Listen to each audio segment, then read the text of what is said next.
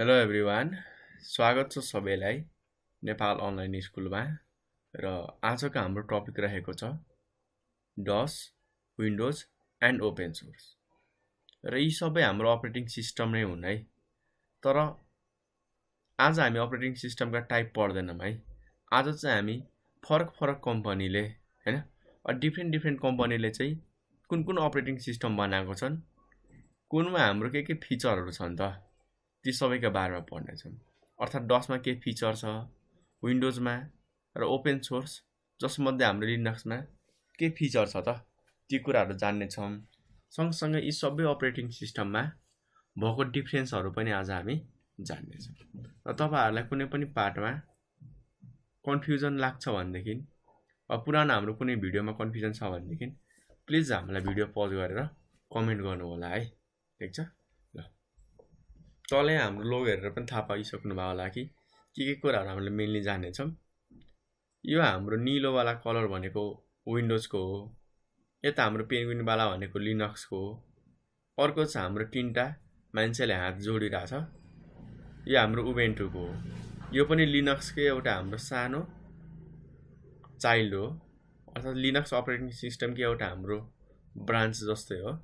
त्यसै गरी चाहिँ लास्टमा हाम्रो डस, जसलाई हामी डिस्क अपरेटिङ सिस्टम भन्छौँ। यी सबै कुराका बारेमा आज हामी पढ्नेछौँ है। र म अलवेज पढाइ हुने टपिकहरू सुरुमै भनिदिन्छु कि ताकि तपाईँहरूलाई सजिलो होस्। ल, अपरेटिङ सिस्टम टाइप भनिएको छ, तर यो चाहिँ हाम्रो अपरेटिङ सिस्टम सफ्टवेयर बनाउने कम्पनीको बेसिसमा हो है। ठिक छ, हाम्रो टिमको बेसिसमा हो है। र यहाँनिर हाम्रो एमएस डस दिएको छ, नझुक्किनु होला। हामी सुरुमा डस पढ्नेछौँ अनि त्यसपछि हामी एमएस डसको बारेमा पनि जान्नेछौँ। ठिक छ। ल, एकदमै सजिलो छ। एमएस डस र डसमा त्यस्तो खासै फरक छैन, तर सुरुको दिनमा हाम्रो डस बनाइएको थियो है, जसलाई हामीले डिस्क अपरेटिङ सिस्टम भन्छौँ। ल, सुरुमा म डसको बारेमा थोरै भनिदिन्छु है। डसको फुल फर्म त लेखिसक्नु भयो होला तपाईँहरूले, डिस्क अपरेटिङ सिस्टम। यहाँ छ है, हाम्रो लेख्न सक्नुहुन्छ डिस्क अपरेटिङ सिस्टम भनेर। यो फुल फर्म पनि लेखिहाल्नु होला। र डिस्क अपरेटिङ सिस्टममा हाम्रो फाइदा के थियो भन्दाखेरि सुरुमा हाम्रो यही अपरेटिङ सिस्टम बनाइएको थियो क्या। अर्थात् सुरुमा हाम्रो चाहिँ अरू कुनै कम्पनीले खासै त्यस्तो अपरेटिङ सिस्टम बनाएको थिएन, तर हाम्रो एउटा टिम थियो जसले चाहिँ डस बनाएको थियो। तर यसमा हाम्रो खराबी के थियो भन्दाखेरि हामीसँग पिक्चरको, ग्राफिक्सको, फोटोको चोइसहरू थिएन क्या। सबै कुराहरू हाम्रो यस्तो कालो स्क्रिनमा गर्नु पर्थ्यो। यहाँ हेर्न सक्नुहुन्छ, हामीले कमान्ड लेख्ने अनि सबै कामहरू हामीले चाहिँ यही कालो स्क्रिनमा गर्नु पर्थ्यो हो। ब्याकग्राउन्ड कालो हुन्थ्यो, लेखेको कुराहरू चाहिँ हाम्रो व्हाइटमा देखिन्थ्यो। यसरी चाहिँ हाम्रो कामहरू गरिन्थ्यो, कपी गर्नुपर्ने हो हैन। त्यसै गरी हाम्रो रिनेम गर्नुपर्ने हो, फाइलभित्र केही हामीले कुराहरू राख्नुपर्ने हो नोटप्याडमा हैन, .txt मा। ती सबै कुराहरू हाम्रो चाहिँ कमान्ड लाइनबाटै हुन्थ्यो, जसलाई हामीले डिस्क अपरेटिङ सिस्टम भन्यौँ, जुन हाम्रो लगभग 100% नै CLI थियो क्या। त्यसपछि आउँछ हाम्रो एमएस डस। हेर्नु होला है, एमएस भनेको माइक्रोसफ्ट डिस्क अपरेटिङ सिस्टम। पछि हाम्रो डस डिस्क अपरेटिङ सिस्टमलाई चाहिँ माइक्रोसफ्ट कम्पनीले किन्यो क्या। अर्थात् विन्डोज बनाउने जुन हाम्रो कम्पनी छ नि, त्यही कम्पनीले हाम्रो डिस्क अपरेटिङ सिस्टमलाई चाहिँ किन्यो क्या। किन किन्यो भन्ने कुरा हुनसक्छ है। तपाईँहरूलाई थाहा छँदैछ कि आइबिएम, जसले हाम्रो सर्भरहरू बनाउँछ, हाम्रो एडभान्स कम्प्युटरहरू बनाउँछ हो, त्यस्तो सर्भर बनाउने कम्पनीले माइक्रोसफ्टलाई एउटा कन्ट्र्याक्ट दियो क्या हो। तिमीले चाहिँ मेरो लागि अपरेटिङ सिस्टम बनाऊ, म तिमीलाई यति पैसा दिन्छु हो। अनि त्यो हाम्रो सबै कन्ट्र्याक्ट भइसकेपछि माइक्रोसफ्टले चाहिँ मलाई चाहिँ नयाँ अपरेटिङ सिस्टम बनाउनु धेरै टाइम लाग्छ, म के गर्छु त कुनै एउटा पहिलेदेखि बनेको अपरेटिङ सिस्टम किन्छु क्या। र उसले डस किन्यो र त्यो डसमा चाहिँ केही फिचरहरू हालेर हैन, केही कुराहरू थपेर चाहिँ उसले एउटा आफ्नै नयाँ अपरेटिङ सिस्टम एमएस डस बनायो है। सजिलो छ हैन। ठिक छ, यति कुरा हामीले जान्नुपर्ने हो। र पछि हाम्रो माइक्रोसफ्टले चाहिँ यही डसलाई चाहिँ पछि आइबिएमको कम्प्युटर आइबिएमको सर्भरमा होइन अरू कम्प्युटरमा पनि चल्न सक्ने बनायो, लाइसेन्स पनि दियो। जस्तो हाम्रो Dell, Lenovo, Acer, Sony, Samsung, Asus, HP यी सबै ल्यापटपहरूमा चाहिँ म चाहिँ आफ्नो विन्डोजको एमएस डस चलाउन दिन्छु भनेर चाहिँ लाइसेन्सहरू माग्यो र सबैलाई चलाउन दियो। यति कुरा हो है हामीले एमएस डस र डसमा जान्नुपर्ने। डसमा पनि हाम्रो कमान्ड लाइनमै काम हुन्थ्यो कालो स्क्रिनमा, एमएस डसमा पनि कालो स्क्रिनमै काम हुन्थ्यो। हेर्न सक्नुहुन्छ यहाँनिर डस भनेर लेखिएको छ, तपाईँहरूले थाहा पाइसक्नुभयो होला। फरक यति छ कि एमएस डस चाहिँ हाम्रो माइक्रोसफ्ट कम्पनीले किनेर मोडिफाई गरेर बनाएको हो। डस भनेको चाहिँ सुरुवातको। अब आउँछ हाम्रो नेक्स्ट विन्डोज। अरू विन्डोजलाई हाम्रो जेनरली माइक्रोसफ्ट विन्डोज पनि भनिन्छ, किनकि हाम्रो यो विन्डोज अपरेटिङ सिस्टम सफ्टवेयर पनि कसले बनाएको हो त? माइक्रोसफ्ट कम्पनीले नै बनाएको हो है। तपाईँहरूलाई माइक्रोसफ्ट विन्डोज नभने नि हुन्छ, सिम्पल भाषामा विन्डोज भन्दा पनि हुन्छ। वा धेरै मान्छेले हाम्रो विन मात्र भन्छन्। जस्तो हामी भन्छौँ नि विन 7, विन 10, विन 8, हुन त विन्डोज 10 नै भनेर हुन्छौँ, तर सर्टकटमा हाम्रो विन पनि भनिन्छ। यो कुरामा नचुकिनु होला। अब कुरा आउँछ कि विन्डोज भनेको हाम्रो कस्तो अपरेटिङ सिस्टम हो त? सिम्पल भाषामा भन्दाखेरि विन्डोज अपरेटिङ सिस्टम हाम्रो एमएस डस नै हो क्या। जुन हामीले यहीँ कालो स्क्रिन हेऱ्यौँ नि, हो यही अपरेटिङ सिस्टम हो। फरक यति छ कि हाम्रो योभन्दा एक लेभल माथि पिक्चरहरू, फोटोहरू राखियो क्या, चलाउन सजिलो होस् भनेर। किनकि नर्मल मान्छेले चलाउन त एकदम गाह्रो हुन्छ नि। हरेक कुराको हामीले के गर्नुपर्छ त? कमान्ड टाइप गर्नु पर्यो, याद गर्नु पर्यो। त्यस्तो केसमा हामीलाई गाह्रो हुन्थ्यो। त्यसकारण चाहिँ हाम्रो विन्डोज भन्ने कम्पनीले चाहिँ योभन्दा एक लेभल माथि हाम्रो जियुआई राख्यो क्या, चित्रहरू राख्यो अनि बटनहरू राखेर चलाउनलाई सजिलो बनायो क्या। हुन त हाम्रो ब्याकग्राउन्डमा डसले नै काम गरिरहेको हुन्छ।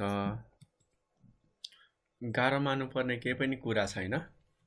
सिम्पली हामीले डसमा जसरी कमान्ड टाइप गरेर काम गर्थ्यौँ नि, त्यसरी नै हामीले यो विन्डोजमा कुनै पनि बटमहरूमा हामीले क्लिक गर्छौँ क्या माउसबाट।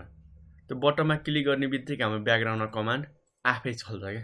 जस्तो यहाँ हेर्नु न, सिम्पली भन्दाखेरि जस्तो मैले यहाँनिर न्यू फोल्डर बनाएँ हो। हुन त मैले माउस क्लिक गरेर चाहिँ न्यूमा फोल्डरमा थिचेर काम गरेँ, तर ब्याकग्राउन्डमा हाम्रो जुन हामीले कुरा हेरिरहेको छैनौँ कमान्ड टाइप भइरहेछ क्या हो। यसरी चाहिँ हाम्रो एउटा नयाँ अपरेटिङ सिस्टम विन्डोज बनाइएको थियो र जसमा फाइदा के भयो त? हामीलाई बटनहरू थिचेर हैन सबै कामहरू गर्न सकियो क्या। जस्तो हेर्नु नि, यहाँनिर धेरै बटनहरू छन्, थिचेर चाहिँ हामीले धेरै कामहरू गर्न सक्छौँ है। जस्तो जुम गरे, घटाए, यस्ता हाम्रो धेरै कुराहरू गर्न सकिन्छ। र विन्डोजले हामीलाई ग्राफिकल अपरेटिङ सिस्टम मात्र होइन, अरू पनि धेरै हामीलाई प्रोप्राइटरी सफ्टवेयरहरू पनि दियो क्या। अब प्रोप्राइटरी सफ्टवेयर भनेको तपाईँहरूलाई गाह्रो लाग्न सक्छ। यसको मिनिङ चाहिँ एकदमै सिम्पल छ क्या।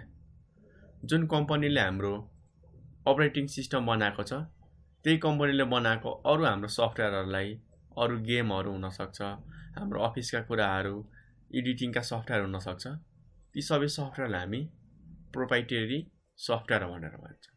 ठिक छ ल, यति कुरा त हो नि। र विन्डोजमा हामीलाई चाहिँ ग्राफिकली फाइल बनाउन, रिफ्रेस गर्न, कपी पेस्ट गर्न मात्र होइन, अरू कुराको पनि अप्सन दियो क्या। जस्तो हामीले फाइलहरू स्टोर गर्न सक्छौँ, नयाँ सफ्टवेयर रन गर्न मिल्ने, गेमहरू खेल्न मिल्ने, भिडियो हेर्न मिल्ने, इन्टरनेटमा कनेक्ट भएर चलाउन मिल्ने जस्ता अप्सनहरू राख्यो क्या।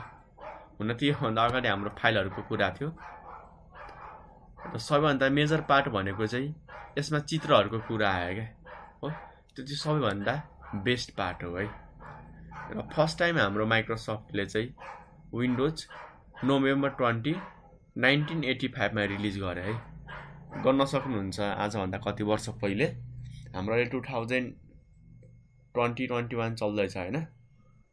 ठ्याक्क हाम्रो 20 र 15 त्यस्तै हाम्रो 35 to 36 इयर हुन लाग्यो है हाम्रो विन्डोज बनेको र तपाईहरुले यहाँनिर हिस्ट्री हेर्न सक्नुहुन्छ। सुरुमा विन्डोज 1 आएको थियो 1985 मा, त्यसपछि विन्डोज 3.1 आयो 1992 मा, विन्डोज 95 आयो हाम्रो 1995 मा। यसरी हाम्रो नयाँ अपरेटिङ सिस्टम आउँदै गयो, भयो हैन। ल र विन्डोजको हाम्रो एउटा फाइदा के थियो भन्दाखेरि विन्डोज चाहिँ ग्राफिकली एकदमै राम्रो थियो के, मान्छेहरुलाई चलाउन पनि एकदमै सजिलो हुने। त्यसै कारणले गर्दाखेरि हाम्रो विन्डोजले मार्केटमा 90% शेयर लियो के। हाम्रो म्याक ओएस जुन हामीले अहिले एप्पलहरु भनेर चिन्छौं, त्यो एप्पललाई पनि हाम्रो ओभरटेक गर्दियो के। सुरुमा युनिक्सहरु एप्पलहरु एकदमै धेरै चलेको थिए। जब हाम्रो माइक्रोसफ्ट कम्पनीले विन्डोज रिलिज गर्यो, त्यसपछि चाहिँ हाम्रो यसले चाहिँ मार्केटको 90% शेयर लियो है। ठीक छ, हामीले बिजनेसका कुरा धेरै जान्नु पर्दैन, यति बुझौं न। म्याक्सिमम कम्प्युटरमा विन्डोज चलाउन थालियो भन्ने कुरा बुझ्दा पनि हुन्छ। थोरै अब हामी विन्डोज देखिनमा कस्तो हुन्छ त, यो चाहिँ हाम्रो विन्डोज 1 को जीयूआई भयो। सबैभन्दा सुरुमा हेर्नु होला कस्तो थियो। त्यसपछि हाम्रो यो विन्डोज 95 को भयो, यो हाम्रो विन्डोज एक्सपी को, यो हाम्रो विन्डोज 10 को। तपाईहरुले यहाँनिर चाहिँ यसरी हेरेर पनि पत्ता लगाउन सक्नुहुन्छ। एकैछिन वेट गर्नु होला है, म देखाइहाल्छु। विन्डोज 1 को हेर्नु न, हाम्रो नीलो कलरको लोगो छ। त्यसैगरी हाम्रो यहाँ यतापट्टि हेर्नु त नीलो कलरमा। सुरुवातमा चाहिँ हाम्रो यस्तो थियो है, हुन त 1985 मा यस्तो ग्राफिकल डिजाइन गर्नु पनि धेरै ठुलो कुरा थियो। त्यसपछि आयो हाम्रो नेक्स्ट भनेको विन्डोज 1992 मा विन्डोज 3.1। 3.1 भर्जनको हाम्रो हेर्नु होला ग्राफिकलमा कति इम्प्रुभमेन्ट छ है, हेर्नु न। त्यसपछि आउँछ हाम्रो विन्डोज एक्सपी हो नि, एक्सपी हाम्रो यहाँनिर छ है। र अहिलेको सबैभन्दा लेटेस्ट हाम्रो विन्डोज 10। हुन त अहिले हाम्रो 2015 भर्जनको लोगो छ, तर हाम्रो यो विन्डोज 10 अहिले 2020 सम्म आइसकेको छ है। तपाईहरुले पनि आफ्नो कम्प्युटरको विन्डोजको भर्जन हेर्न सक्नुहुन्छ।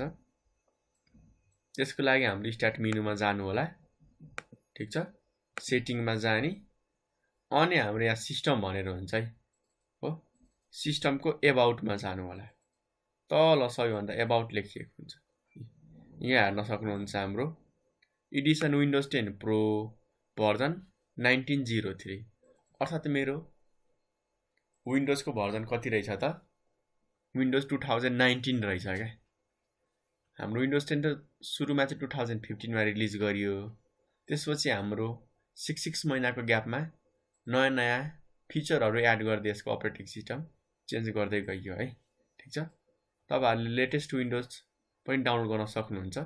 तपाईहरुलाई विन्डोज डाउनलोड गर्न आउँदैन भनेदेखि भन्नु होला, हामीले भिडियो बनाएको छौं, त्यसले चाहिँ तपाईहरुलाई एकदमै धेरै हेल्प गर्नेछ।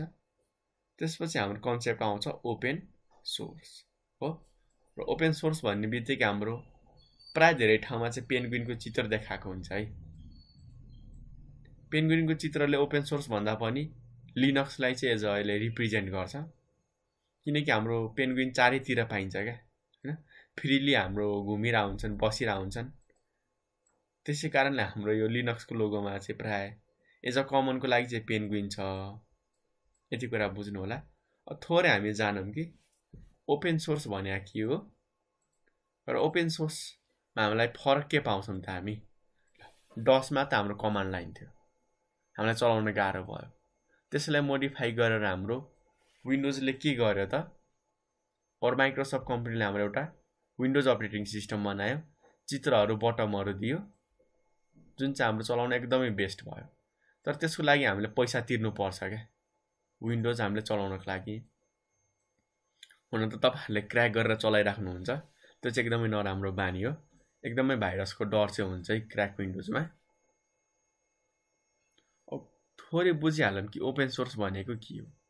ओपन सोर्स भनेको हाम्रो एउटा यस्तो मेथोडोलोजी हो, यस्तो एउटा अप्रोच हो हैन, जसमा हाम्रो धेरै सफ्टवेयर डेभलपरहरूले के गरिरहेका हुन्छन् त, आफ्नो बनाएको सफ्टवेयरहरुको सोर्स कोड फ्रीमै दिइरहेको हुन्छन् के।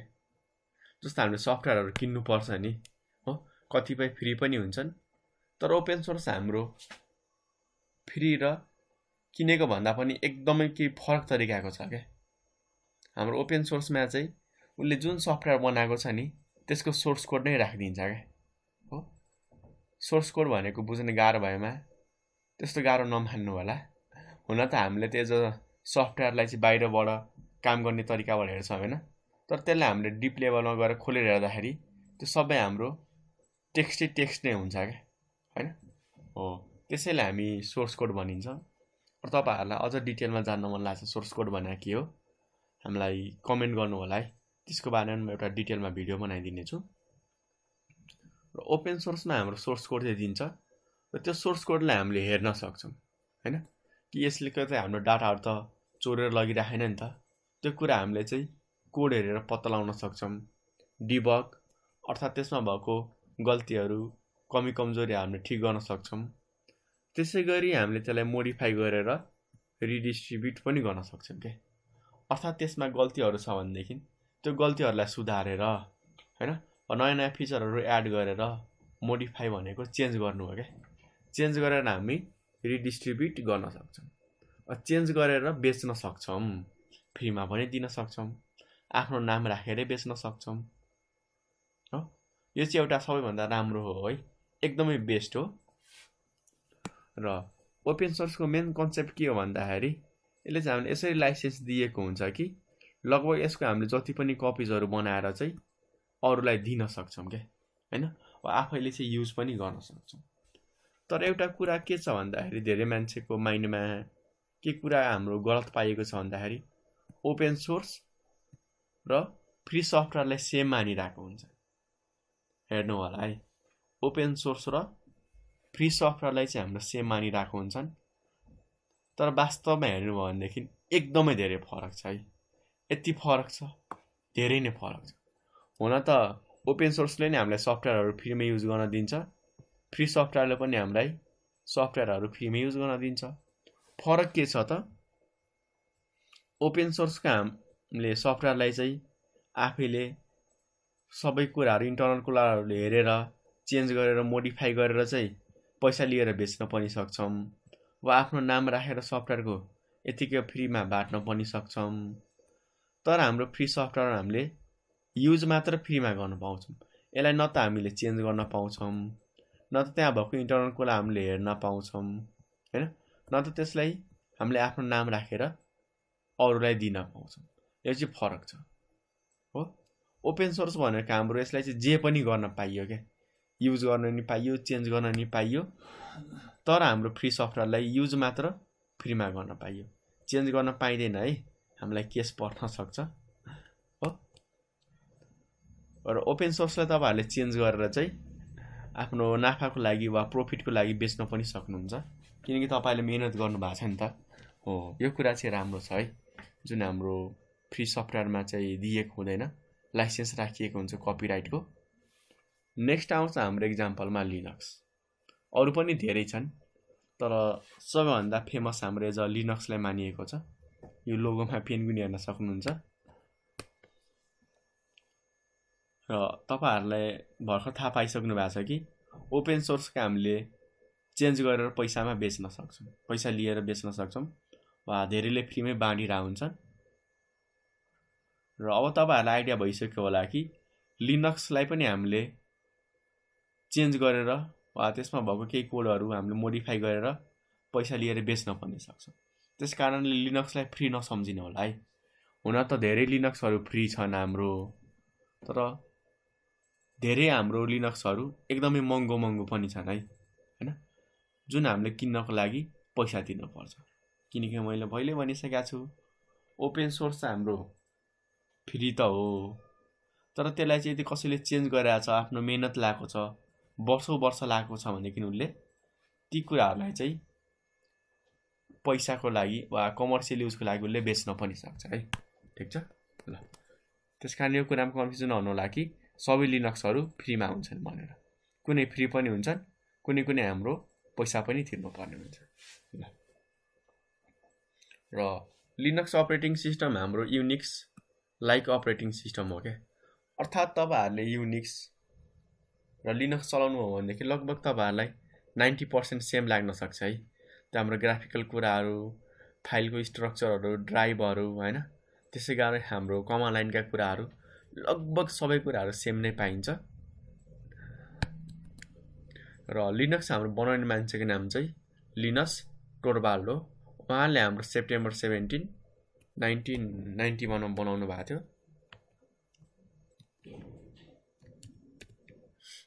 र कतिले सोच्छन् कि लिनस टोरवाल्ड एक्लैले बनाउनु भएको थियो, त्यस्तो होइन है।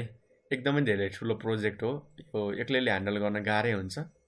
हाम्रो लिनस टोरवाल्ड र उहाँको टिम मिलेर चाहिँ हाम्रो लिनक्स अपरेटिङ सिस्टम बनाउनु भएको थियो र फाइनल भइसकेपछि हाम्रो सेप्टेम्बर 17, 1991 मा चाहिँ रिलिज गरियो है।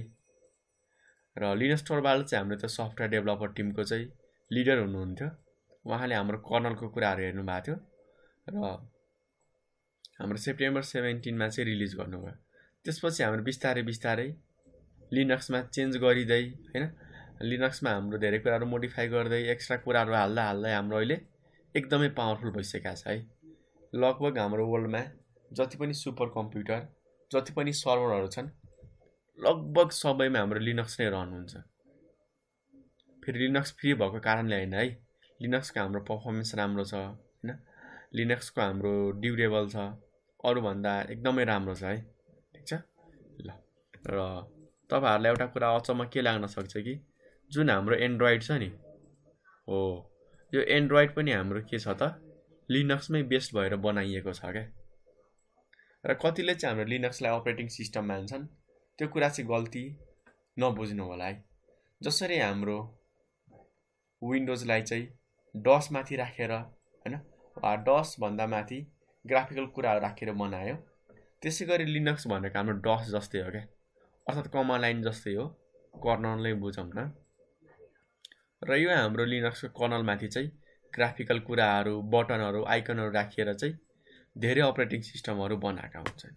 जस्तो यहाँ फर एन एक्जाम्पल केही फेमस हेर्न सक्नुहुन्छ, उबुन्टु भयो, पिसी Linux OS, fedora, Santos, ओपेनसुसु, Debian, काली, हाम्रो रेड ह्याट, धेरै छन् है। ती सबै के हुन्छन् त हाम्रो कर्नल चाहिँ लिनक्समै हुन्छ। हाम्रो कमान्ड लाइनका कुराहरू, त्योभन्दा माथि चाहिँ हाम्रो सबैले केही फिचर एड गर्छन्, केही नचाहिने कुरा हटाउँछन् हैन। त्यसै गरी हाम्रो धेरै ग्राफिकल कुराहरू, आइकनहरू राखेर चाहिँ नयाँ नयाँ अपरेटिङ सिस्टमहरू बनाएको हुन्छन् क्या हो, जसले हामीले लिनक्सका फ्लेभरहरू भन्छन्। यी सबै हाम्रो लिनक्स कर्नल भएको अपरेटिङ सिस्टम हो है। ठिक छ ल। आजलाई हामी यति नै गर्छौँ है। आई होप तपाईहरुलाई आइडिया भयो कि डस भनेको के हो, एमएस डस भनेको के हो हैन। माइक्रोसफ्ट कम्पनीले डस किनेर थोरै चेन्ज गरेर बेच्यो, त्यसैले हामीले एमएस डस भन्यौँ। र विन्डोज भनेको नि जानिहाल्यौँ, र ओपन सोर्स त्यसमध्ये हाम्रो सबैभन्दा फेभरेट लिनक्सका बारेमा जान्यौँ है। ल आजको लागि यति भन्दै मैले बिदा मागेँ। हस्त, धन्यवाद।